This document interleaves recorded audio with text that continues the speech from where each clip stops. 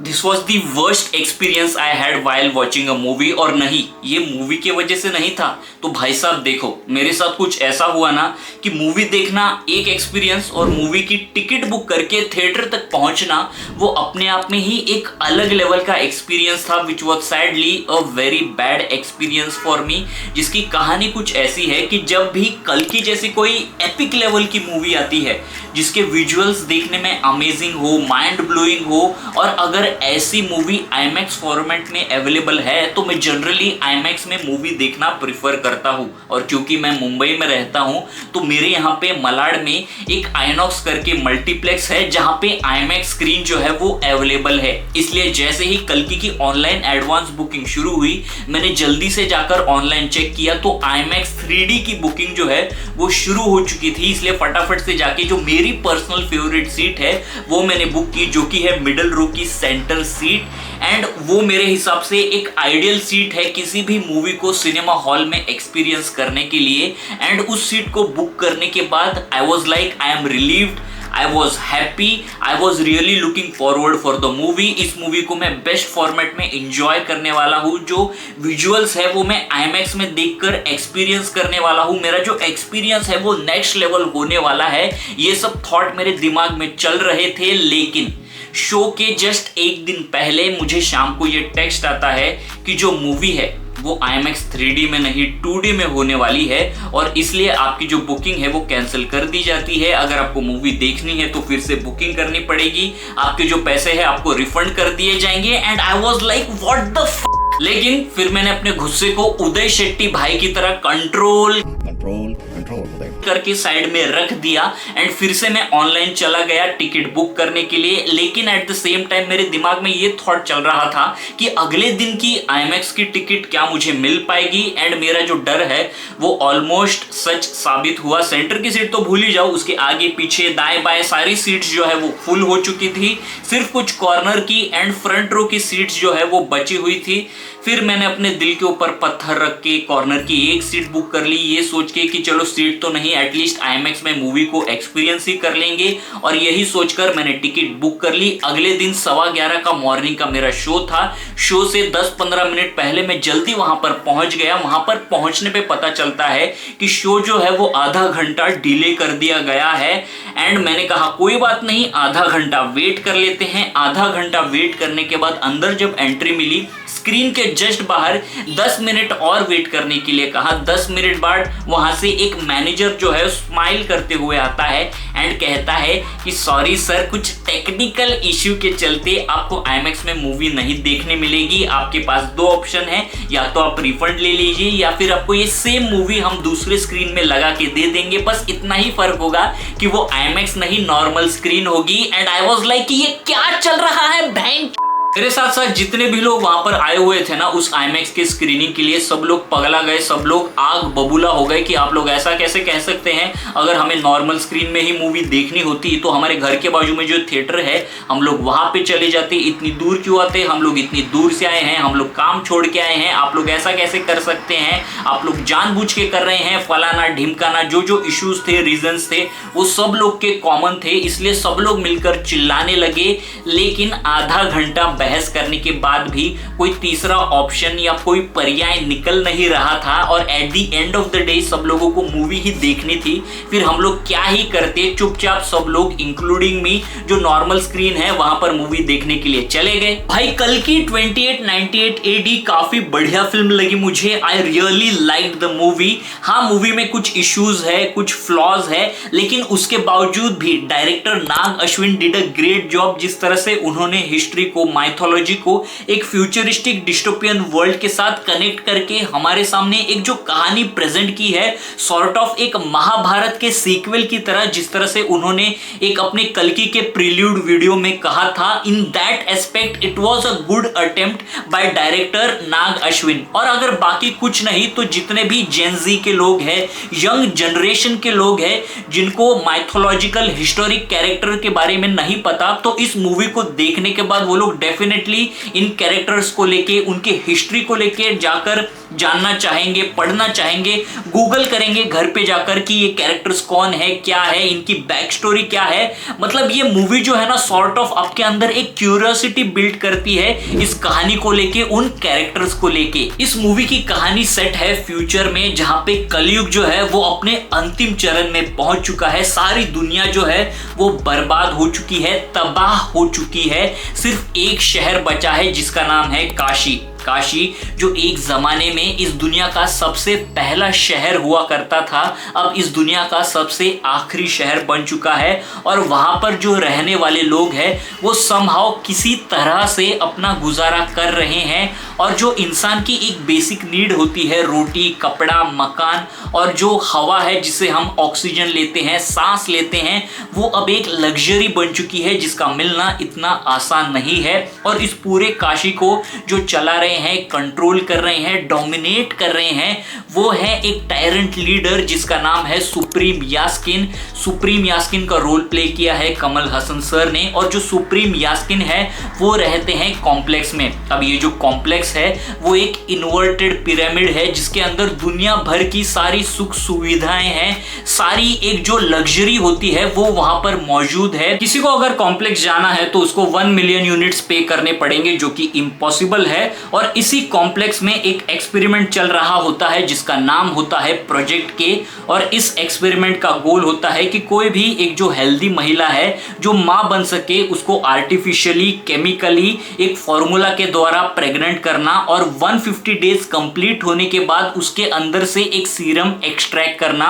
और ये जो सीरम है वो चाहिए होता है सुप्रीम यास्किन को। और इस सीरम की मदद से सुप्रीम यास्किन जो है वो अपनी आयु जो है वो लंबी कर सकेंगे, अपने आप को जवान रख सकेंगे, बेसिकली वो इमॉर्टल रहेंगे। लेकिन ये जो एक्सपेरिमेंट है, ये जो फॉर्मूला है वो इतना शक्तिशाली और पावरफुल होता है कि कोई भी महिला जो है वो 100 डेज से ज्यादा प्रेग्नेंट नहीं रह पाती। और इसलिए ये जो प्रोजेक्ट के वाला एक्सपेरिमेंट है हमेशा अनसक्सेसफुल रहता है। लेकिन इन सब के बीच में कॉम्प्लेक्स में दीपिका पादुकोण का कैरेक्टर होता है जिसका नाम होता है सम 80, जो आगे जाके कहलाती है सुमति, जो वहां पे एज अ सर्वेंट होती है, एक प्रेग्नेंट महिला की वो सेवा करती है। उसके ऊपर भी कई बार एक्सपेरिमेंट किए जाते हैं लेकिन हमेशा अनसक्सेसफुल होते हैं। लेकिन एक दिन अचानक वो प्रेग्नेंट हो जाती है और जो 150 डेज का टारगेट है उसे वो अचीव कर लेती है। लेकिन वो अपनी जो प्रेगनेंसी है सबसे छुपा करके रखती है। लेकिन उसके बावजूद कॉम्प्लेक्स के लोगों को ये चीज पता चल जाती है और इससे पहले वो लोग उसके अंदर से सीरम एक्सट्रैक्ट करे, वो अपने एक सहेली के मदद से कॉम्प्लेक्स से बाहर निकल आती है। एंड क्योंकि वो इकलौती महिला होती है जिसने इस टारगेट को अचीव किया है, वो एक वांटेड पर्सन बन जाती है और उसके ऊपर बाउंटी लगाई जाती है। और इसलिए उसके पीछे कॉम्प्लेक्स के लोग बाउंटी हंटर जो है वो पड़ जाते हैं। और इन बाउंटी हंटर्स में अपने प्रभास का कैरेक्टर होता है जिसका नाम होता है भैरवा, जिसका सपना होता है कॉम्प्लेक्स में जाना। और वो उसे अचीव करने के लिए दीपिका पादुकोण का जो कैरेक्टर है सुमति उसे कैप्चर करना चाहता है। और इन सब के बीच में अमिताभ बच्चन जी का कैरेक्टर है जिसका नाम है अश्वत्थामा, जिनको एक संकेत मिलता है, सिग्नल मिलता है कि जो कल्कि अवतार है वो इस धरती पे आ चुके हैं। अब उनका ये कर्तव्य है कल्कि की रक्षा करके अपने पापों का प्रायश्चित करना, जो कि बल्कि और कोई नहीं, सुमति के जो गर्भ में बच्चा है वो विष्णु का 10वां अवतार कल्कि है। और इसलिए जो कॉम्प्लेक्स के सोल्जर्स होते हैं, बाउंटी हंटर्स होते हैं, उनकी वो टारगेट होती है। अब जो अश्वत्थामा है वो सुमति तक कैसे पहुंचेंगे और इस पूरे जर्नी के दौरान जो सुमति और उसका बच्चा है उनकी रक्षा वो कैसे करेंगे, या फिर जो भैरवा है वो सुमति को कैप्चर कर लेगा और कॉम्प्लेक्स ले जाएगा और अपना सपना जो है उसे पूरा करेगा, या फिर बीच रास्ते में जो भैरवा है उसका हृदय परिवर्तन हो जाएगा और वो सुमति के साइड आ जाएगा, उसकी रक्षा करेगा। जो भैरवा है उसकी बैक स्टोरी क्या है, उसकी कहानी क्या है, जो अश्वत्थामा जी है है, उनकी कहानी क्या है, बैक स्टोरी क्या है, मिस्ट्री क्या है, इन सारे सवालों के जवाब जानने के लिए आपको ये मूवी चेकआउट करनी पड़ेगी, जिसका नाम है कल्कि 2898 AD। मूवी के ना कुछ नेगेटिव एस्पेक्ट हैं एंड कुछ पॉजिटिव एस्पेक्ट हैं। सबसे पहले बात करते हैं नेगेटिव एस्पेक्ट के बारे में। तो मूवी के शुरुआत में एक सीन है जहां पे अश्वत्थामा का जो कैरेक्टर है, वो सीन के शुरुआत में ना उनके अंदर एक घमंड होता है, एरोगेंस होता है, एक गुस्सा होता है, और उस सीन के एंड तक उनको एक रियलाइजेशन होता है, गिल्ट होता है कि यार ये मैंने क्या कर दिया। एक जो ये इमोशंस की जर्नी है ना, वो मुझे काफी एब्रप्ट फील हुई। एक जो स्मूथ ट्रांजिशन होना चाहिए था इमोशन का, वो उस सीन से मिसिंग था। उसके बाद जो प्रभास का कैरेक्टर है भैरवा, उसका जिस तरह से इंट्रोडक्शन दिखाया गया है वो काफी बढ़िया है, लेकिन उसके तुरंत बाद एक जो एक्शन सीक्वेंस आता है ना, वो मुझे पसंद नहीं आया। मतलब आई गेट इट, जो डायरेक्टर है वो दिखाने की कोशिश कर रहे थे कि कितना वो लेड बैक कैरेक्टर है, सिर्फ अपने बारे में सोचता है, दूसरों की नहीं सोचता, सेल्फिश कैरेक्टर है। एंड वहां पर एक कॉमेडी सिनेरियो, एक कॉमिकल, एक फनी चीज वहां पर क्रिएट करने की कोशिश की है। उसके साथ साथ फैन सर्विस भी उस सीन में की गई है, उस एक्शन सीक्वेंस में। और इतने सारी चीजें ऐड करने की वजह से ना वो सीन जो कि 10 मिनट का है, ऐसा फील होता है कि आधे घंटे से देख रहे हैं। मतलब इंटरेस्ट जो है ना वहां पर लूज होने लगता है। मतलब जिस तरह से उस सीन को प्रेजेंट किया है, एग्जीक्यूट किया है ना, वो मुझे पसंद नहीं आया। दिशा एज रॉक्सी भैरवा की लव इंटरेस्ट दिखाई गई है, जो भैरवा से प्यार करती है, लेकिन भैरवा शायद रॉक्सी से प्यार नहीं करता।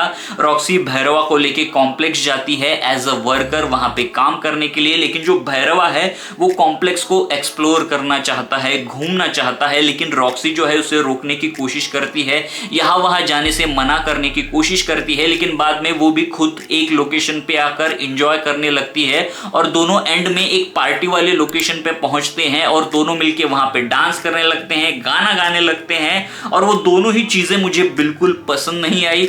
जो डांस है, गाना है, वो काफी अजीब और वियर्ड लग रहा था। एंड जो दिशा का कैरेक्टर है रॉक्सी, वो क्या है, क्यों है, किस लिए है, मतलब उसका एम क्या है, मोटिवेशन क्या है, उसकी बैक स्टोरी क्या है, पूरे कहानी में उसका जो कैरेक्टर है वो क्या मीनिंग होल्ड करती है इस पूरे कहानी में, वो कुछ भी वहां पर एक्सप्लोर नहीं किया गया, दिखाया नहीं गया।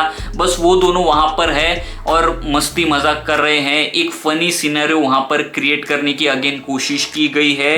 एंड जो दिशा का कैरेक्टर है रॉक्सी, भैरवा जो है, वो कॉम्प्लेक्स के अंदर जब एक लोकेशन से दूसरे लोकेशन जाते हैं तो उनके कपड़े कैसे स्विच हो जाते हैं वो भी समझ में नहीं आता। मतलब वो पूरा जो कॉम्प्लेक्स के अंदर इन दोनों के सीन्स है ना, सीक्वेंस है, वो बड़े ही क्वेश्चनेबल तरीके से एग्जीक्यूट किए गए हैं। एंड मुझे बिल्कुल वो पसंद नहीं आया। वो और अच्छे तरीके से एग्जीक्यूट किए जा सकते थे। आई गेट इट, जो डायरेक्टर है वो रॉक्सी एंड भैरवा इन दोनों के कैरेक्टर के थ्रू कॉम्प्लेक्स का एक ग्लिम्स दिखाना चाहते थे कि कॉम्प्लेक्स के अंदर कैसी सुख सुविधाएं हैं, क्या लग्जरी है।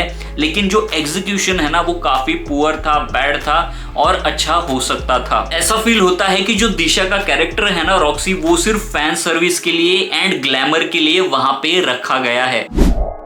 Kamal Haasan sir as supreme यास्किन, उनका जो रोल है छोटा है, स्क्रीन टाइम कम है compare to rest of the actors. And उनका जो कैरेक्टर है सुप्रीम यास्किन का मूवी के अंदर वीक दिखाया गया है, जिसके चलते उनकी जो परफॉर्मेंस है वो फेस तक ही सीमित है। लेकिन इतने सारे लिमिटेशंस होने के बावजूद भी जिस तरह से वो एक्ट करते हैं, अपने फेशियल एक्सप्रेशन के थ्रू रिएक्ट करते हैं, अपनी डायलॉग डिलीवरी करते हैं, उनकी जो परफॉर्मेंस है वो मेनेसिंग लगती है। और जो डर वाला, फियर वाला एक माहौल क्रिएट होता है जब जब वो ऑन स्क्रीन आते हैं। एंड उनकी जो परफॉर्मेंस है ना वो इतनी मास्टरफुल है, वंडरफुल है कि मूवी देखते वक्त एंड मूवी खत्म होने के बाद भी उनके कैरेक्टर का जो इंपैक्ट है ना वो आपके जहन में रहेगा। मतलब थ्रू आउट मूवी में ना उनका जो एक इविल प्रेजेंस है ना वो आपको फील होगा। प्रभास एज भैरवा, उनकी परफॉर्मेंस मुझे काफी बढ़िया लगी, बहुत पसंद आई मुझे। जो उनकी लास्ट फिल्म थी सलार, उससे भी आई थिंक बेटर परफॉर्मेंस उन्होंने यहाँ पर दी है,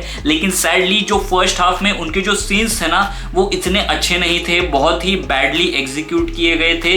नेवरदलेस जो सेकेंड हाफ है उनकी उसमें जो परफॉर्मेंस थी ना वो बेहतरीन होती चली गई। स्पेशली जो क्लाइमैक्स में उनके कैरेक्टर को लेके एक जो बात रिवील होती है और जो एक सीन हमें देखने मिलता है ना, इट वॉज जस्ट जबरदस्त एंड माइंड ब्लोइंग। जब जब महाभारत के वॉर के कुरुक्षेत्र के सीन आते हैं ना मूवी के अंदर, तो मूवी देखने का जो एक्सपीरियंस है ना वो नेक्स्ट लेवल चला जाता है। और जब भी ये सीन आते हैं ना तो लिटरली गूज़बम्प्स फील होते हैं। महाभारत के टाइम पीरियड से लेके जो एक कलयुग का टाइम पीरियड है, डिस्टोपियन वर्ल्ड का टाइम पीरियड है जहां पे करंटली काशी एग्जिस्ट करता है, इस बीच का एक जो टाइम है उसको जिस तरह से एक एनिमेशन मोन्टाज के साथ दिखाया गया है, जिसके बैकड्रॉप में एक अमिताभ बच्चन सर की वॉइस में गाना प्ले होता है, वो जो सीक्वेंस है ना मूवी के शुरुआत में आता है एंड काफी बढ़िया लगता है। अब जब अमिताभ बच्चन जी की बात निकली है तो अमित जी एज अश्वत्थामा, उनके बारे में मैं क्या ही बात करूं, उनकी जितनी तारीफ की जाए उतनी कम है। He has done a brilliant job, marvellous job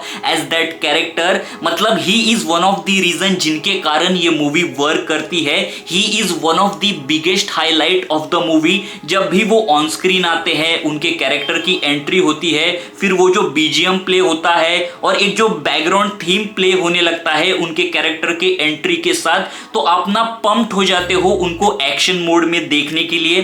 फिर अश्वत्थामा एंड जो भैरवा है, इन दोनों के बीच में एक जो एक्शन होता है वो देखने में मजा ही आ जाता है। उसके अलावा अगर वो कुछ सीन में कर भी नहीं रहे हैं, सिर्फ सीन में फ्रेम में खड़े हैं, तो भी उनके कैरेक्टर में एक डेप्थ नजर आती है, एक जो सैडनेस है, एक जो पश्चाताप की भावना है उनके कैरेक्टर में नजर आती है। उनका जो एक परफॉर्मेंस है ना वो इतने ब्रिलियंटली सटल वे में, नुआंस्ड वे में हमारे सामने प्रेजेंट किया है ना, इट्स जस्ट अमेजिंग। मतलब आप ना मूवी देखने जाओगे प्रभास के लिए और बाहर निकलोगे अमिताभ बच्चन जी के फैन बन के। तो ऑल इन ऑल इस मूवी के बारे में बात करूं ना तो डेफिनेटली इस मूवी को चेकआउट कीजिए। It's a worth a watch movie. It's a first of its kind epic science fiction movie.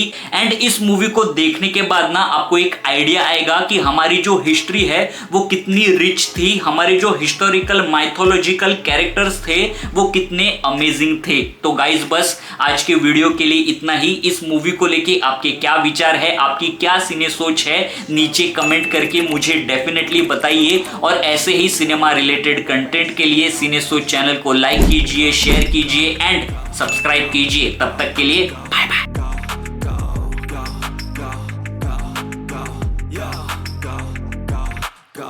Hustle hard, hustle every single day.